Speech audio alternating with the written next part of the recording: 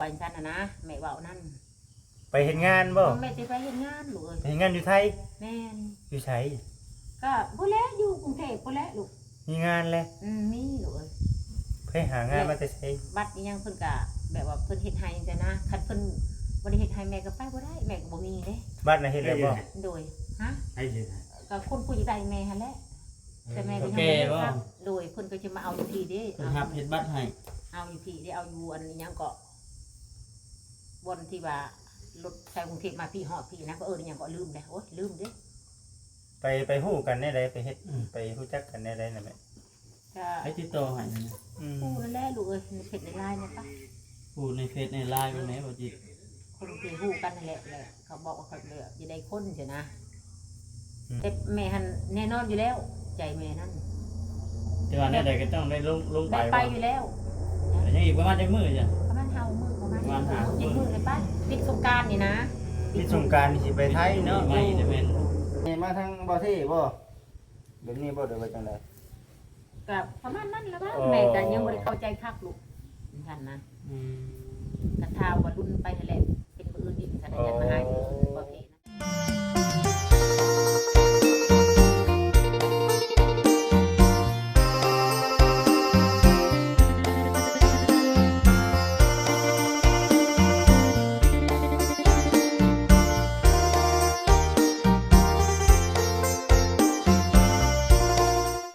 ยังก็แม่นี่มาแววกินคือยินไม่แว่วว่ายังก็กินนี่ดู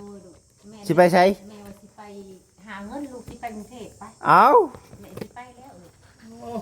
ว่าแม่ก็เว้าอยู่นะในสมบ่เทนั่นแหละตายเอาใดเฮ็ดหน้าไปหน้าอะไรบัดนี้ปุ๊บปะละบาดบ่มีน้ำแล้วก็แม่ก็เว้ากับเพิ่นนั่นแหละเว้ากับบ่เทนั้นเว้ากับลูกนั้นว่าน้ำก็ตายไปแล้วลูกเอ้ยว่าใดตายแล้วแหละแม่หันสิไปบ่แม่นว่าก่อนไปสิไปเขาจะมีน้ำก่อนไว้ให้ลูกว่าจังซั่นนะแม่เว้านั่น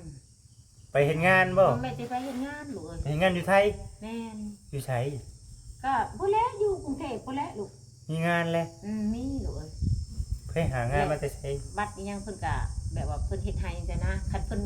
บ่ได้เฮ็ดให้แม่ก็ไปบ่ได้แม่ก็บ่มีเด้บัดน่ะเฮ็ดแล้วบ่โดยฮะให้เฮ็ดให้ก็คนผู้ใหญ่ได้แม่หั่นแหละแต่แม่ก็ยังบ่ได้ครับโดยเพิ่นก็จะมาเอาอยู่ที่เด้เพิ่นรับเฮ็ดบัตรให้เอาอยู่ที่ได้เอาอยู่อันนี้ยังก็บนที่ว่ารถไฟกรุงเทพมาพี่ฮอดพี่นะก็ยังก็ลืมแล้วโอ๊ยลืมเด้ไปฮู้กันได้ใดไปเฮ็ดไปรู้จักกันได้ใดน่ะแม่ก็ให้ติดต่อให้นะผู้นั่นแหละลูกเอ้ยในเพจในไลน์นะปะผู้ในเฟซในไลน์บ่แม่บ่จิคนที่ฮู้กันนั่นแหละเขาบอกว่าเขาเหลือจะได้คนใช่นะไม่อยากไปหรือว่านี่เงินคำกับขาดเคินนะแหละอาชีพแม่กับแบบเฮ็ดทานนี่นะมันกูลงบลายและเงินอาการเงินมันใส่กูมือเนี่ยนะมือมันจักแทนเนี่ยนะประมาณนี้นะลูกเตาเนี่ยบัดเรื่องเปิดเทอมอีได้หัวหน้าปิดแล้วก็เปิดไว้เด็กบัดขาดแห้งขึ้นอีกอันนั้นแม่ค่ะคือว่าขาดเคินไม่มีลูกมันสิไปลงเบิ้งนะไปกับไผไปคนเดียวแม่นี่แหละคนเดียวเลยบ่คนเดียวงานยังก็งานบ้านงานบ้านงานบ้านยาก็เป็นยังมูอยู่คนก็มีอยู่คนรู้จักมีอยู่ทั้งโดยมีลูกแม่ก็ลองไปนี่แหละเงินเดือนเท่าไหร่ก็แม่จักก็ยังบ่ฮู้ยังง่ายๆก็ยังบ่ทันได้ฮู้ยังได้ฮู้รายละเอียดมาเลยนะกันสมมุติว่าสิฮู้ก็ประมาณ5 มื้อซะนะก็เป็นจังได๋เนี่ยนะแต่แม่หันแน่นอนอยู่แล้วใจแม่นั่นแต่ว่าเนี่ยใดก็ต้องได้ลงไปอยู่แล้วแต่ยังอีกประมาณจักมื้อจ้ะประมาณ5 มื้อประมาณ7 มื้อเลยป่ะปิดสงกรานต์นี่นะปิดสงกรานต์สิไปไทยเนาะไม่จะเป็นอันนั้นแล้วที่ว่าแม่ก็เว้าแต่ลูกอยู่ได้กินบ่เทนะบ่เว้าได้คิดบ่เท่บ่โดยเว้าอยู่แต่ลูกติดตามฮู้นะคิดว่ายังบ่ได้เบิ่งก็บ่ฮู้นะประมาณนี้แหละขนาดที่เป็นมือนี่ก็สิเห็นเว้าพูดลูกมาแล้ววนทางนี้แหละแม่บอกบ่แซงบ่จิตบ่คำแต่นะแม่สิไปเด้อลูกเด้อแม่บอกนะมาเสาร์นี้แม่แบบนี้หรูหราย่างใส่ใจนะจังนะใจที่ไปนี่คือตั้งใจไปหาเงินนะครับโดยกับบุตรบุรีงานยังกับแบบงานบ้านงานบุญงานบ้านยังกับแล้วแต่นะไม่เฮ็ดได้ลูกเพราะแม่เคยไปแล้วดิแต่ยังไม่นุ่มนั่นอันนี้สามีมันยังเฮ็ดได้เพราะว่าเฮ็ดทานได้เฮ็ดงานบ้านยังได้นะ มันก็หนักทอพื้นได้ลูกพื้นซ้ำก็ทำบางไงนั้นมันยังเฮ็ดได้ ชูชนไป บัดนี้เรื่องบัตรน่ะบัตรสปอร์ตบัตรผ่านทาง โด ได้ ย จ้ะ บัต มี ร แล้ กั ว บ บ่ ประเทศไทยนั่นแหละคัน มี เพิ่ ได้ นบ่เฮ็ดให้กับยังลูกยัง มันสิทานบ่มือนี่ แบบว่าโอ้ยมันกับวิทย์บุญพอแหละคันได้ไปกันนะ วิทย์สง วิ ก ท รา ย์ ร บุญวิทย์สงกรานต์แต่ก็วิทย์บุญบังไพ่อะเด้ประมาณนี้อะนะและไม่ไปแท้แน่นอน หักมั่นใจว่าสิได้ไป ก็บ่ฮู้คือกันลูกมันอยู่กับเงินนั่นแหละคันสมมุติว่าเพิ่นช่วยเพิ่นเฮ็ดบัตรให้เนาะเพิ่นซอยเนาะเฮาบ่มีอะนะแม่อุตสาห์บ่มี อืม ก็ถือว่าได้ไปคันว่าบ่มีเงินเฮ็ดบัตรนี่ก็บ่ได้ไปคือเก่า เพราะว่าได้งานนี่เพลงไหน บ่บัตรธรรมดานี่คือบ่ต่อนะลูกบัตร3เดือนต่อเทื่อนึงอะเด้ บัตรสปอร์ต โดยอันนี้บัตรนี่แหละลูก เฮ็ดบัตรสปอร์ มัน ต ก็ยังบ่นั่นคือเก่ามันก็ยังบ่เฮาไปแล้วก็ยังบ่ถือคือเก่า อืม สิมาท่องเที่ยวเลยแต่ว่าเฮาก็ต้องดำเนินการถ้าอยู่เฮา ก็ ไป ต่อ แล้วเฮาดำเนินการ ก็ต่อจะนะเพิ่นว่านี่นะ เฮ็ดวันแรงงานเลยนะบ่ยัง แต่ว่าในเรื่องการเฮ็ดบัตรสปอร์ตนี่มันหึงบ่ซาเฮาตะกี้เป็น2เดือนพุ่นได้เนาะ วัดด่วนนี่ก็อยู่ในประมาณจักมื้ออาทิศนึงคือมื้อนี่นะ เดี๋ยวนี้บ่เดี๋ยวนี้สมมุติเขาจะมีเงินน่ะนะ บ่ เห็นที่เขาเฮ็ดท่านนี่ทำมันเฮือนหลังนี้นะ บ่ บ่ได้เฮิง โอ้ คืออันแม่ลิงก็บ่ได้แพงปานใดเนาะและลิงก็แพงได้จังน้อยเพราะว่าด่วนเด้ ทั้งน้องดิงๆทั้งไอ้จิตพากันไปไทยเบิดเลย ไปแล้วลูก ไปแล้วเนาะ โดยไปแล้ว อืม เฮ็ดได้อีซี่แหละแบบดึงเงินน่ะนะไปจินออกไปโรงเรียนน่ะนะอันนี้ลูกคือกันเลยนี่ปัดกินนานก็ออกมาดิแม่ไปก็ไปแต่ออกเพราะมันใส่ใจลายโผล่เลยอันนั้นแน่อันนี้แน่จ้ะนะมันหลายอย่างบ่อยากแนวว่า การใช้จ่ายหลาย แล้วก็ไปลองเบิ่งจ้ะนะไปหาเองนี่แหละได้ก็ได้ไปหา สิไปสิห้ามก็ห้ามบ่ได้เนาะเพราะว่ามันจะเพิ่นจะไปหาอยู่ทำงาน และน้ำแม่ก็มีแล้วก็มีแห้งให้ลูกหั้นนะ ก็บ่แนวสิห้ามก็อีตามนี่จะไม่ได้คิดตัวนี้น่ะ โดยแม่ก็คิดคักแล้วลูก คิดคักได้บ่เท่านั้นแหละเนาะ คิดแล้วลูก นอนบ่หลับเลยแถวนี้ แต่ว่าจะนำมารับดอก แม่ก็ไปนี่แหละ ไปกันดิ้นรนไปคือกันเลยไปกันแต่ว่าแล้วแต่ แบบอาชีพทานนี่ก็มันหมดเลยเนาะหมดความแบบว่าสามารถเลยนะหมดความสามารถนะแบบว่าพื้นรวมบ่ได้ค่อยมีเด้และเทื่อละ6เป้าเทื่อละ8เป้าเทื่อละ9เป้าสิหั่นปัดไล่ใช้จ่ายปัดหลายบัดนี้ล่ะลูกแล้วก็มันก็คือว่าเลยไปคิดไปคิดมาก็ไปลองเบิ่งซะก่อนหั่นนะเป็นจังไดหั่นนะ ต้องลองมึงก่อนครับ ลอง บ่ลอง มึงก่อน บ่รู้เนาะ คิดว่าได้อยู่เนาะได้เฮ็ดแม่ก็สิชูไปเรื่อยๆหั่นนะลูก อืม อืม แต่ว่าเขาเจ้าผู้ไปเฮ็ดเขาเจ้าได้เงินเดือนเท่าไหร่ซะแม่ เข้าได้โอ้มันก็ได้เดือนละ10,000ปลายไปแล้ว โอ้ มันแต่บิดก็ได้12,000 13,000เห็นนะ อืม คันอยู่ไปเรื่อยๆก็15,000พอแล้วเดี๋ยวนี้มันแพงอยู่เดี๋ยวนี้บ่คือบางหัน อืมโอ้ ข่า คั วน บางหันนี่ยัง 3,000 2,500แต่ข่าวบางหันแต่ข่าวไม่หนุ่มมาเด้อายุ10ปลายปีใช่ไหม คันว่าเป็น 15 นั่น 16 ก็ลอง แม่ เบิ่ง อายุ เนาะ 30แล้วหรือว่า30 20ปลายปีแล้วก็ช่วงนั้นก็ประมาณ 3,000 4,500ประมาณนี้นะไปอยู่ชวนเมืองนาวแม่ก็ได้ไปนครสวรรค์นะ จิมี่จิมั่มได้ซะฮะ จิมีจะมาหันก็อยู่ลูกอยู่ในเฮือน อดได้บ่กินฮอดแม่จังแหล้ว อดบ่เป็นหยังเขาบ่เป็นดอก เฮ็ดอยู่ให้กินได้ซะ ให้ดูให้กินกะอาศัยผู้นี้แหละไป อืม แม่เพิ่งพาอาศัยพี่ๆน้องๆแม่บ่มีเลย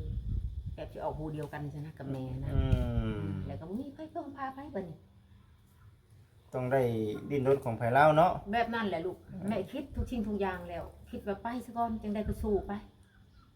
เฮ็ดทานนี่ผ่านมาก็สู้มาหลายปีแล้วนะ อืม คิดดีได้อบัดนี้ และจะไปคิดแบบนี้สมมุติเนาะอยู่ในเฮือนในชานเป็ดไก่เด้ก่อนจะเลี้ยงหลายๆนะเอามาได้ใช้สมมุตินะแม่ก็เลี้ยงหลายเนาะ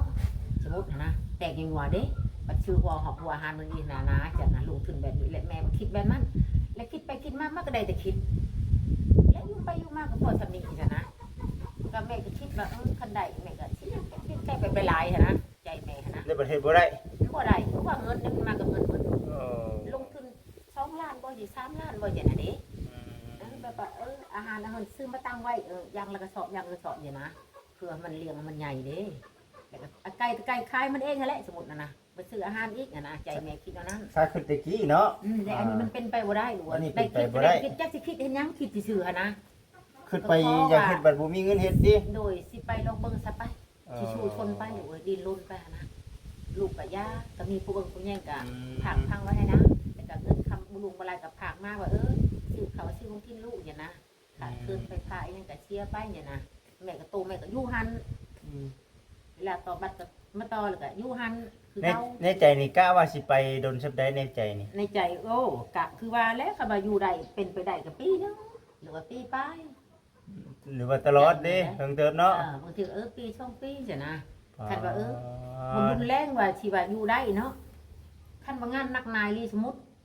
ไว้หลับไว้นอนอยู่ก็บ่ได้นั่งพักผ่อนมาแม่ก็อยู่บ่ได้คือกันลูก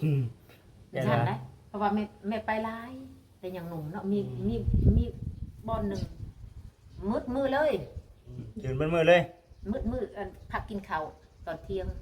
ได้สมุยแต่ตอน บ่ายนี่ต่อบ่ายนี่อันนั้นอันนี้แปลว่าแม่นอยู่ว่างานบ้าน แต่นู่นนี่นั่นนี่หะเด้แม่ก็เฮ็ดเพิ่นใส่ไปแม่ก็เฮ็ดแต่ด่าเก่งไม่ว่าเฮือนหลังนี้บ่ต้องห่วง บ้านหลังนี้นั่น บ้านอัน ลู นี้ ก ดิ สาวคนนั้น อืม ด่าเก่งโหอยู่บ่เรือเลยแหละบ่เรือเลย คือลาคักดา จัก นี่ ค แท้ น ดิ จักชัดบ่จักแม่ตอนนั้นอายุ14ปีตอนนั้น อ๋อ ไปกับนายนาลูก สิจื้อทางไปอีบ่คันมาไปบัดนี้ จื้อบ่เป็นหยัง สมมุติว่าอยากมาเด้ ได้ดอกพอแต่มีเงินบัตรก็มีได้แม่บ่ได้ญาตเด้ตำรวจแม่ญาตแต่ตำรวจอย่างเดียวแหละญาตจับแม่เด้บ่เป็นหยังแม่จื้อคิดอยู่ในตายนี่ก็เห็นอยู่นะ เห็นอยู่ แม่ ว่า อยู่บนนั้นบนนี้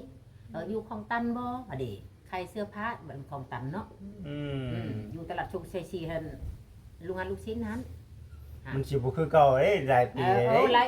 บ่คือเก่าแล้วแม่ก็ลืมแม่ก็จื้อบ่ได้แน่แต่ว่าก็ประมาณว่าคันคิดจึงอะนะ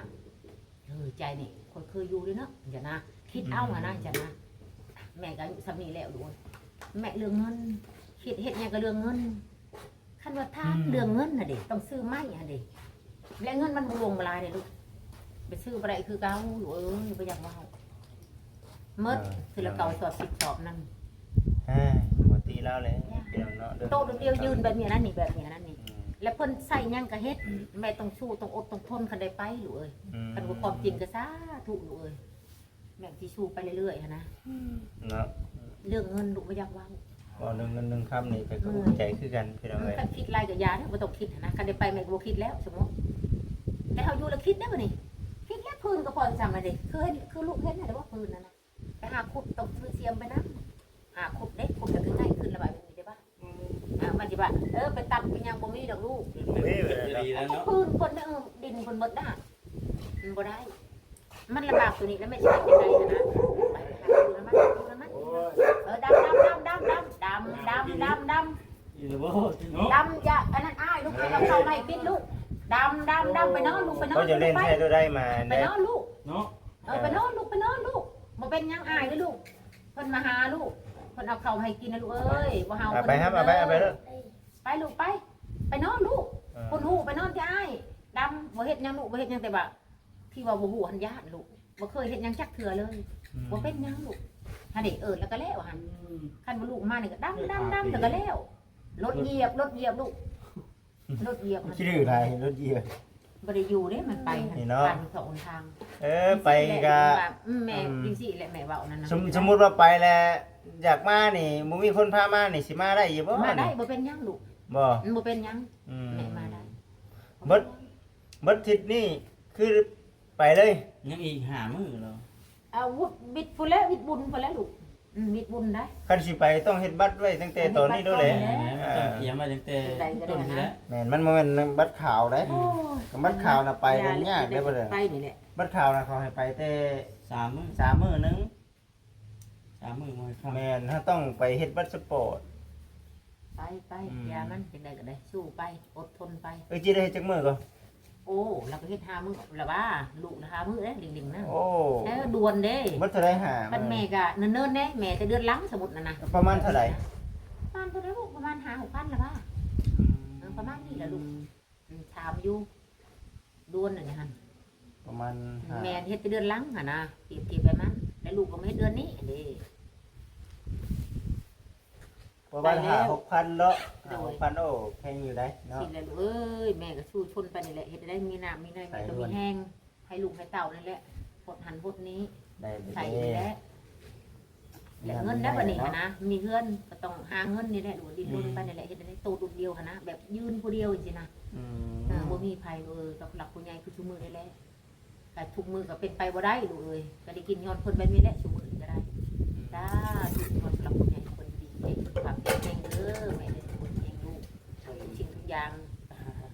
แต่ลูกเฮ็ดได้แบบนี้แหละชีวิตมัน จำเป็นเนาะแม่นบ่ โดยจำเป็นใส่ไปเรื่อยๆลูกปัด ว่าคือ เว ว่า ลาเปิดเทอมไม่ได้ปิดเทอมไม่ได้อะเด็กก็ต้องเสียนี่ ย้อนความ 2 คน500,000แล้วตกมานี่ปีนี้อีก2 คนก็600,000อะเด็กมันขึ้นเด้ขึ้นแต่ละเดือนแต่ละปีเด้ปีหน้าก็ขึ้นปีนี้ก็ขึ้นปีฮื้อก็ขึ้น ขึ้นเลยดิ ขึ้นไปเลยอันนั้นอันนี้อันนั้นอันนี้อะเด็ก อ๋อ นั่นมันเป็นไงจังว่า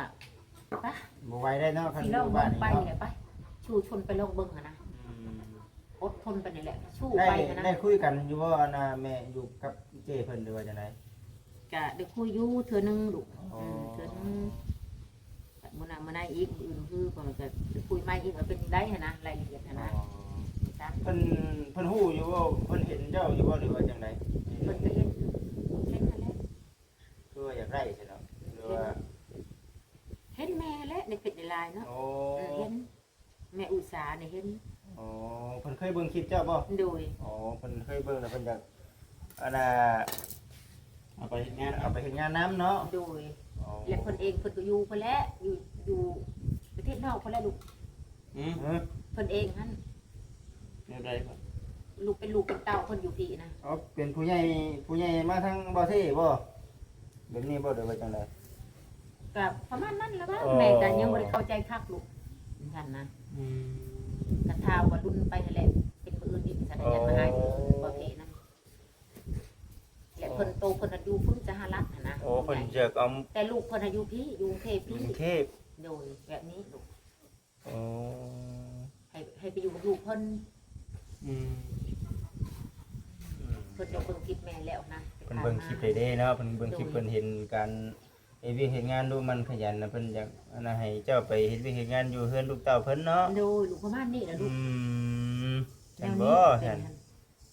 อันนั้นอย่าว่าจังได๋ก็บัตรอีหยังกับน้ำเพิ่นนั่นแหละแม่ก็บ่ได้มีหยัง คำอันด่วนแม่นหามื้อเนาะ โดย คำด่วนแม่นหา จะเอาไป มื้อ ยังไปสำหรับแม่จะหมดบ่ได้มีเงินเลยอยากว่านะเพิ่นขาใส่เพิ่นเลยจังว่าก็สาถูกคอยได้ไปหันนะแม่ก็อยากไปความจริงอีหลีลูก อยากไปแน่นะเนาะ อยากไป อยากไปแน่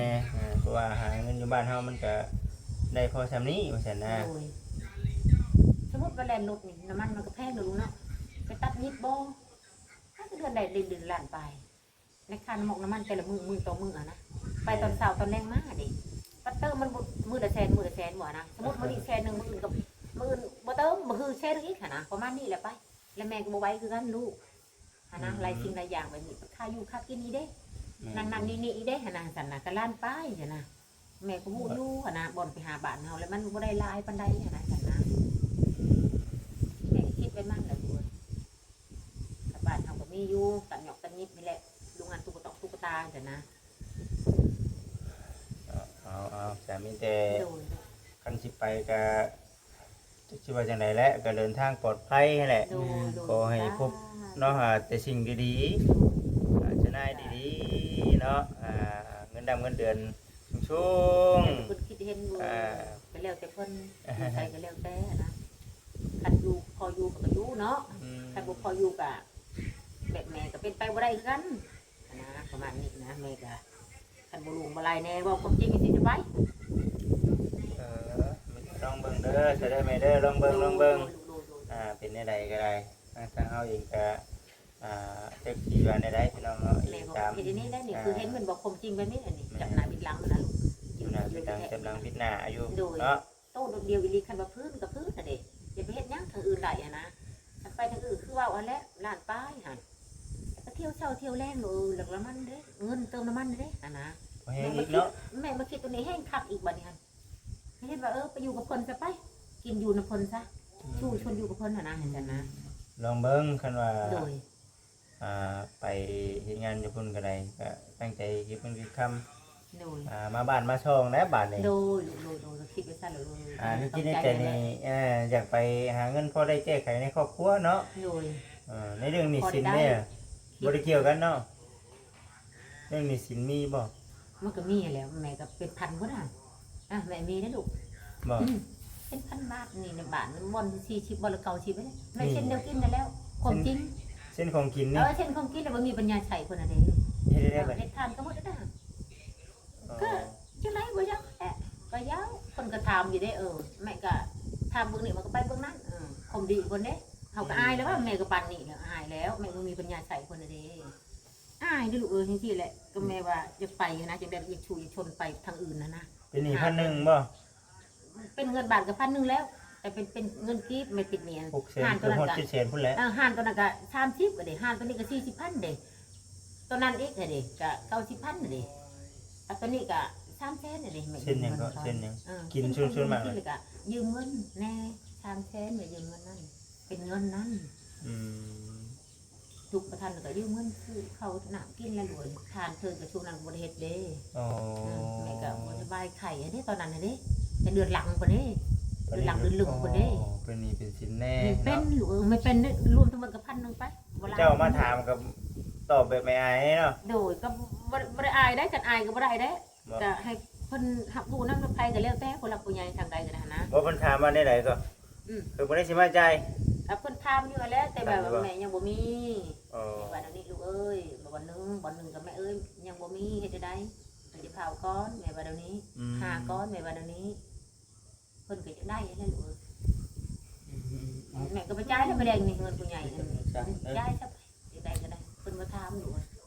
ไปจักเราเฮ็ดคือได้ เบิ่งไปซะแล้วแม่เด้อ เหนื่อยเด้ อันนี้ก็ได้ถ่ายให้กับพ่อแม่พี่น้อง FC ได้เบิ่งพี่น้องเนาะเป็นหนี้เป็นสินอ่า เหนื่อยเด้จะไปย้ายแหละลูกจังได๋ก็ขอได้ไปซะ อยากไปดีเนาะ อยากไปนี่ลูกอยากไปชูไปชมลงเบิ่งหั่นนะ อืม ความจริงดีบ่หั่นนะบ่เฮ็ดเวียกแบบใดหั่นเด้งานบ้านแบบใดหั่นนะแม่ไปแท้ลูกแม่บ่เว้าซื่อๆดอก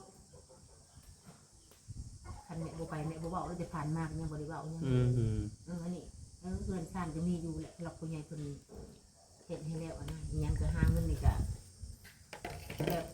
ดิ้นรนเองนี่แหละไปแบบแนวสิได้หลายๆแน่นะจังซั่นนะแต่ว่ามาเฮ็ดนั่นเฮ็ดนี่ได้จังซั่นนะไปลองเบิ่งปีนึงปีปลายบ่จังนะ โอ้ย คันว่าพอไปได้มาได้ก็กว่าหันก็มีใจแม่เป็นแบบนั้นเด้ไปลองเบิ่งก่อนเนาะไปเด้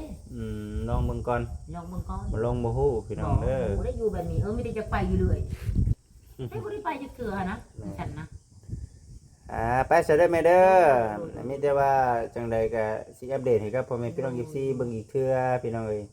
จะไปไทยเด้แต่ว่าเงินบ่ได้มีหรอก เงินนี่เงินที่ทงก็บ่มี บ่มีเท่าเงินผู้ใหญ่มื้อนี้แหละแล้วอันนี้แม่สิไปจ่ายนี่นะมื้อแรงน่ะจะหาผู้แทนเด้ อันนี้มื้อนี้ได้เท่าไหร่มื้อนี้ยายเพิ่นให้ มาทางเพิ่นนี่เนาะทางลูกเนาะผู้ใหญ่เพิ่นนั่นแหละก็ได้1,100,000 โอ้จบหนี้พอดีเลยจบให้จ่ายให้เบิดได้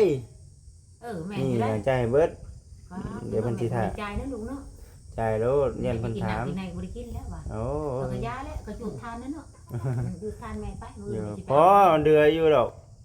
เงินด้านหนึง น้ำกินหนู แม่เดืออยู่ มีกินน้ำสางก็มาหลายมื้อเลยเด้10มื้อนี้เลยเด้กินน้ำสางแม่หมวยนะแม่น้องหมวยนะ โดย เหนื่อย โอ้ย อันนี้เดี๋ยวนี้มือตาได้แน่เพราะว่าน้ำก็มีใส่เลยเด้อค่ะกระชาถูกแม่เพิ่นช่วยเหลือจังว่าคิดเห็นลูกให้ดีไม่แห้งนะแม่เด้อเห็นได้สุขภาพแข็งแรงสุขให้หลับตลอดไปห่วงเฮืองตลอดไปด้วยแม่เด้อแม่ปรารถนาสิ่งใดปรารถนาสิ่งใดก็ขอให้ได้สิ่งนั้นแม่ก็ลูกนี่ก็สิอวยพรตลอดมือก็ได้คิดที่คนชิงที่คนดีนะ โดยโอเคซะแม่เอ้ยสบายดีโดย คิดถึงคือเก่า พี่น้องเด้อก็สิประมาณนี้แหละทางเมลสาเราตัดสินใจว่าสิไปหาเงินอยู่ไทยเนื่องจากว่าในเรื่องการใช้จ่ายในครอบในครัวเดี๋ยวมันบ่ทั่วบ่ถึงมันบ่ทงบ่ทันเนาะเอาก็จังว่ากันพี่น้องเอ้ยเนาะเอาจังไดก็เป็นกำลังใจให้เพิ่นก็มาออกไปเฮ็ดงานอยู่ไกลบ้านไกลนาซองก็ได้ก็ให้เดินทางปลอดภัยเนาะเอาสำหรับคลิปนี้ขอกล่าวคำว่าสบายดี FC ทุกท่าน